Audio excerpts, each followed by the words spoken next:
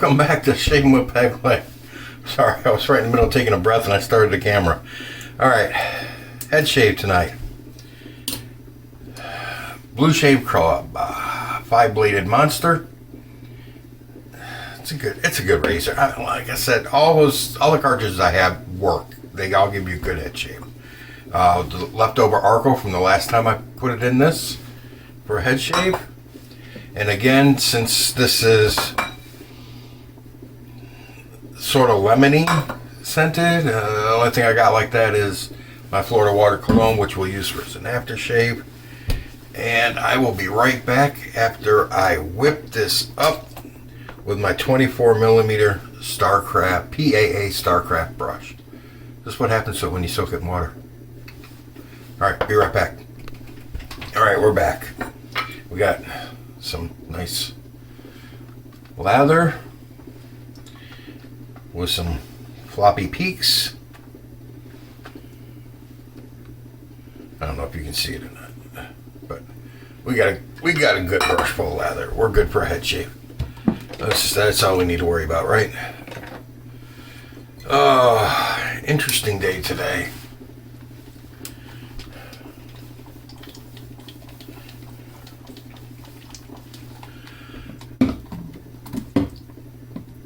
I get to go, tomorrow Mom has a meeting. Her insurance company, a representative from her insurance company is coming up to the facility to talk to her tomorrow. And they get to meet me. Lucky for them, not.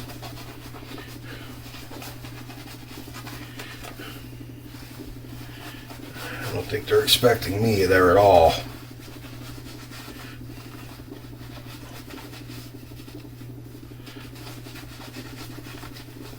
Oh, guys, I've said it 100 times. When you start shaving your head, this is the part you will enjoy the most. This will put you to sleep. This feels so good. Oh. Good old Arko soap. Yeah, that's all that is. It's Arko. And Arko is tallow based.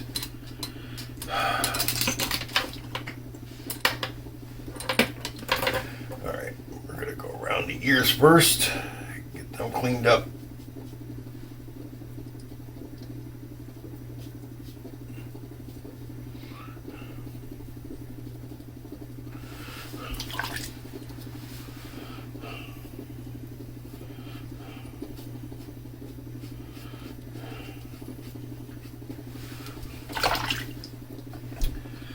Okay. Did you know on this date the present Canadian flag was adopted? 1965? Yeah, I didn't know that. 1965. I thought it was older than that. But it wasn't. 1965.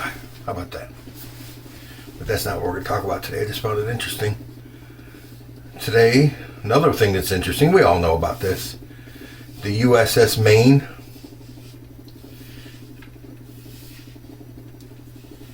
was sunk or sank in Havana Harbor in Cuba.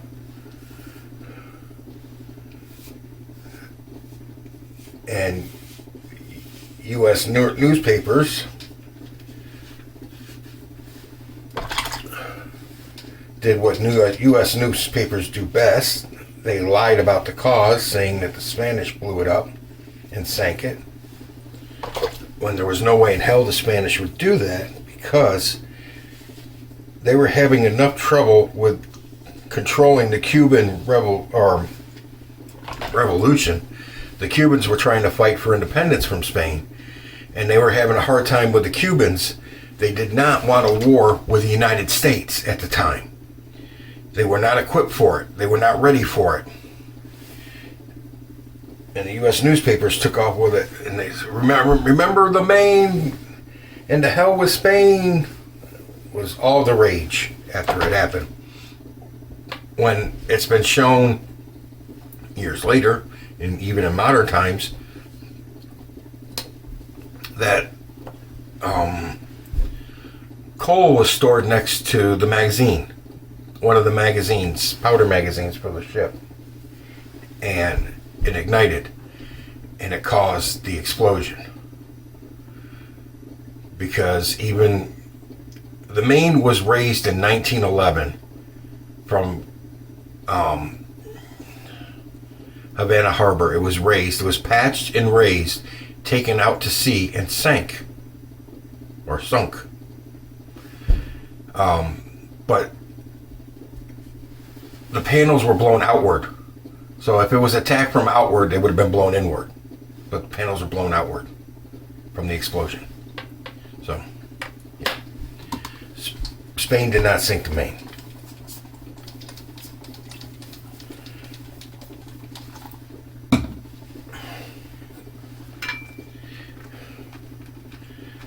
All right. Anyways.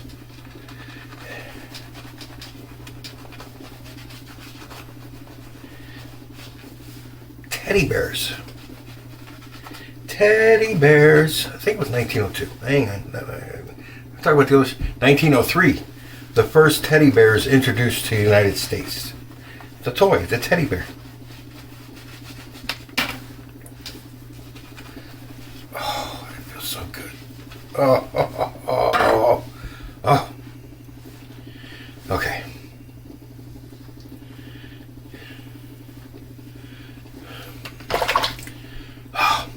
I'm bad with names. I really am. The teddy bears were developed in 1903. Was the first teddy bear introduced to the United States, into America. Development apparently simultaneously by toy makers Morris Mitchum in the U.S. and Richard Steiff under his aunt Marguerite Steiff's company in Germany in the early 20th century, 1903. The teddy bear, named after President Theodore Roosevelt, became a popular children's toy and has been celebrated in story, song, and film. Yes, they are named after Teddy Roosevelt. And we all know about Steiff bears, right? Those are some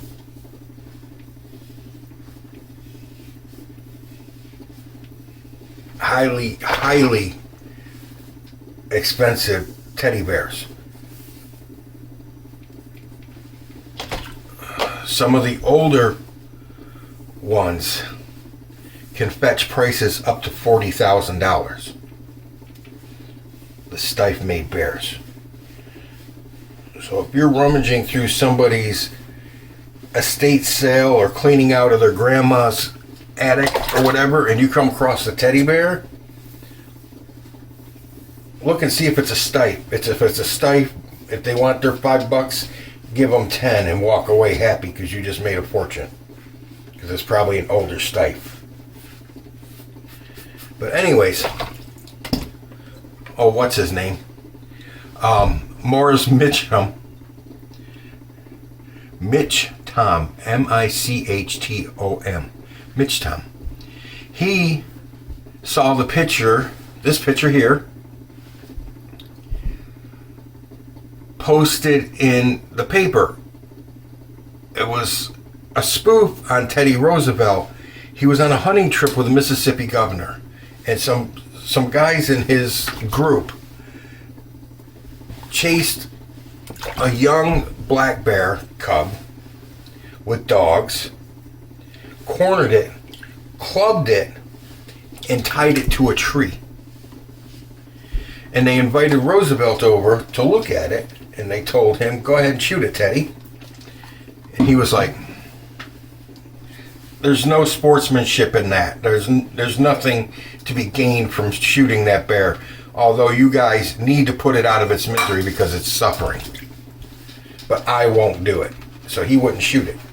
But Morris saw that picture, and he made a stuffed bear, and he stuck it in the window of his candy store. Hang on. At 404 Tompkins Avenue in Brooklyn, with a sign on it that said Teddy's Bear.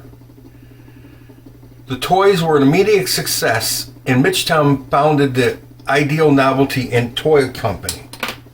Ideal? We've heard that name before. Ideal Toys? Yeah, that was his. Founded because of the Teddy's bear.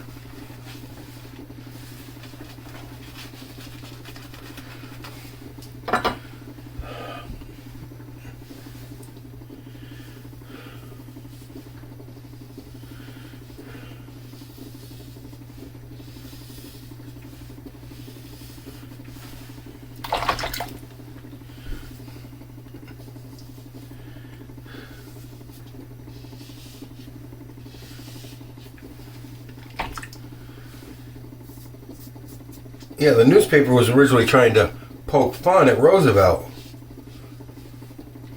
because he wouldn't shoot the bear. But Roosevelt was a naturalist. He believed in saving nature. Yes, he was an avid sportsman. He was the avid hunter. But that wasn't hunting to him. That was just killing.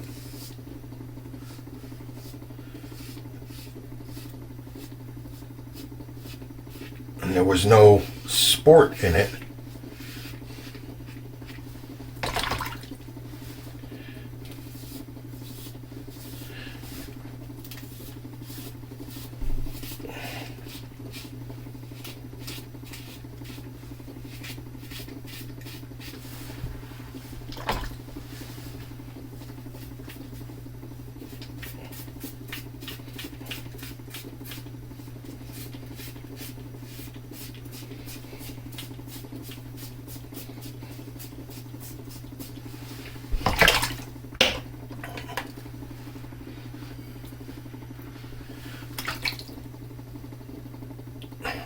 Clean the ears off, the wings off of my glasses. They were all soap. All right.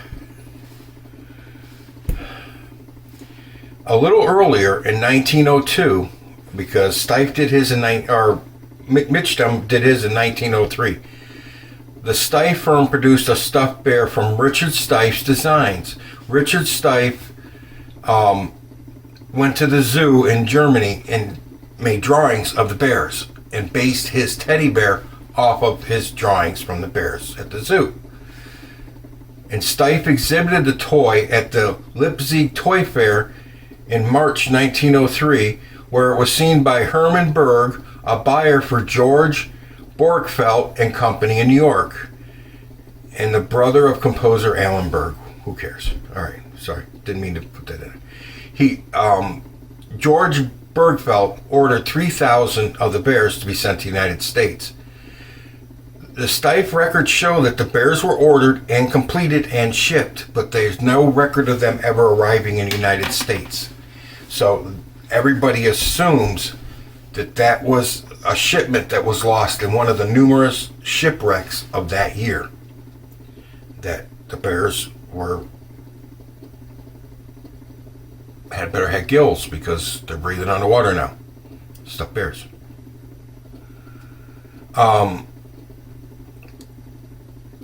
There are also companies like Steiff, that sell handmade collectible bears that can be purchased in stores or over the internet. The majority of teddy bears are manufactured in countries with low production costs, such as China and Indonesia. A few small single-person producers in the United States make unique, non-mass-produced teddy bears, like Build-A-Bear, okay? And there's Merry Thought in United Kingdom, and they're a traditional teddy bear company. They've been around for a long time, established in 1930. And they do handmade bears in the United Kingdom, and they're called Merry Thought. The fur is shown or combed for Merry Thought bears. The fur is shorn or combed from a breed of long-haired goats and is woven into cloth, dyed and trimmed. They do the fur themselves on site. They make their own fur out of goat hair. which is pretty neat. I mean, that is taking handcraft to the next level. Retail sales for stuffed bears or stuffed plush toys in 2006 was $1.3 billion. That's the latest figure I could find. $1.3 billion for stuffed animal toys in 2006. And the largest teddy bear was built in Mexico. I did not copy the names down because the freaking name is like this long. The name is longer than the width of my bathroom. But the largest teddy bear measures 19.41 meters or 63 feet 8 inches. It's the largest teddy bear.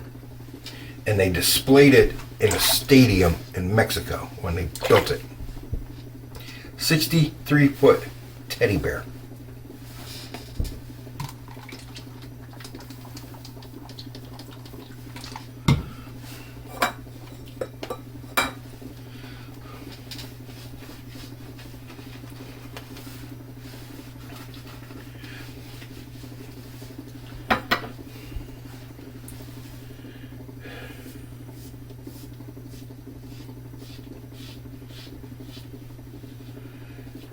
I want to tell you guys something.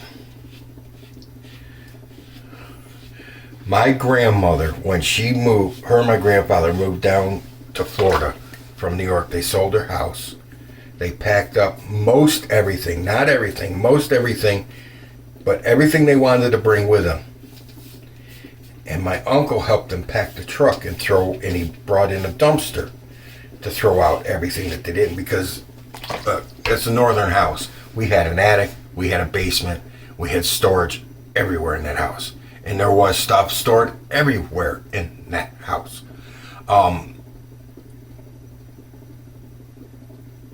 When everything got unpacked down here, my grandma was like, "Where's my teddy bear?"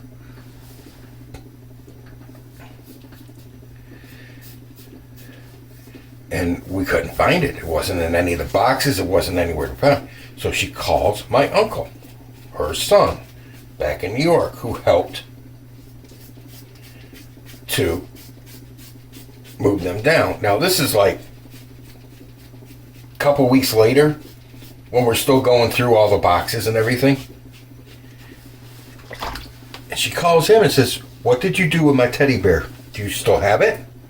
Because you didn't pack it for me to bring down. It should have been in one of the boxes that was in the basement that I put in the to take pile and not the throw out pile." He said there was a box with a teddy bear in it right on the top of the box. It was where you could see it on top of the box. He said, I didn't think that box was worth anything, so I threw it away with the other stuff. Meanwhile, the dumpster's already been taken away to the dump. I didn't think it was anything in there that you wanted. She said, what pile was it in? Was it in the pile close to the door or the pile in the center of the room? Because the pile in the center of the room was throw out. Pile close to the door was take it and put it in the truck. He said, he says, I think it was in the pile close to the door, but I thought you put it in the wrong pile. She went off the rails. That was a stiff teddy bear she had since she was a little girl, and her father, her birth father, had given that to her when she was a little girl before he died in an accident, and she had to get adopted. She never forgave my uncle for that. Never. It was a stiff. You're talking, my grandmother was born in the 19-teens.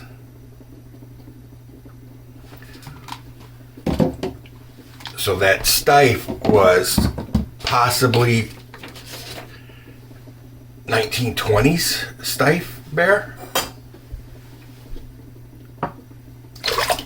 That was not a happy woman when she found that out. She was yelling quite profusely at the phone.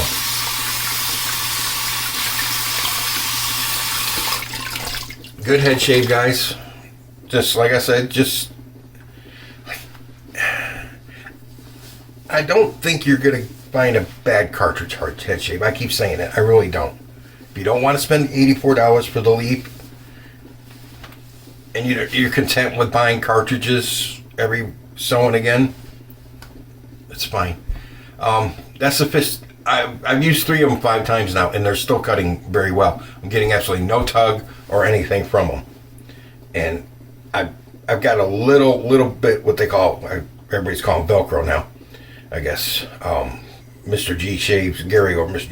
G shave does a little bit of Velcro right here, but when your skin comes back from all this, relaxes, that'll all go away. I don't need Allen Block. I'm just going to use the rose scented witch hazel because I got more of it than the other. But I got 2 more bottles of witch hazel up there. This Florida water with its nice citrusy scent.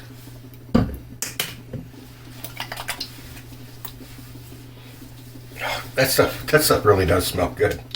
And the Johnson & Johnson baby lotion, because I want to keep my dome as soft as my brain. That's all I need.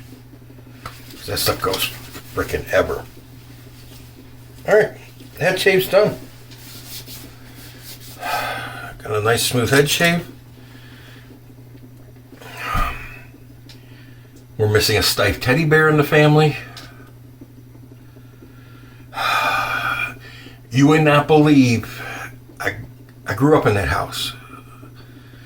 My grandparents had stuff from the mid to late 1800s that was in the basement. Stuff was still good, basically, because it was just in storage because they bought newer stuff, but they didn't throw out any of the antiques. And my uncle got in there and threw away all kinds of stuff you wouldn't believe. There were the furniture, an old one of like an late 1800, early 1900 typewriter, somewhere in that time period, early 1900s I think it was, typewriter. Threw it away. My grandmother was telling me when she calmed down about the stiff bear of all the stuff he threw away, he just chucked in the dumpster, and she said, so just watching my history, all my life get thrown into a dumpster because he didn't want it. Anyways, don't let your legacy end up like that, guys. Tell your children now, keep this stuff. This will be important to you later on. This is history. Hang on to it. It's important. Please do that with some of your stuff. Would you? Please? Thank you. Save your legacy. All right, guys, that's it for the head shave today. Appreciate y'all being here. Don't forget the affiliate link to the razor company. If you're going to shop at the razor company, please use it. I do get a kickback, yes, but when that account hits $25, I buy a $25 gift card to the razor company and do a giveaway and give it back to you guys. I don't keep anything off of it. Appreciate that. Thank you very much. Check out the 4 channels I'll put in the description box. Give those guys a like and a sub. I'm sure they would appreciate having their numbers increased. Thank you for being here. Go enjoy your evening. Have fun. Weekend's coming up. It's hump day, but weekend's coming. It'll be here soon. You can enjoy it. All right, guys, take care. And with that, I will say enough of the babbling fat guy in the camera. You're in the chair next. Happy shaves out there, guys.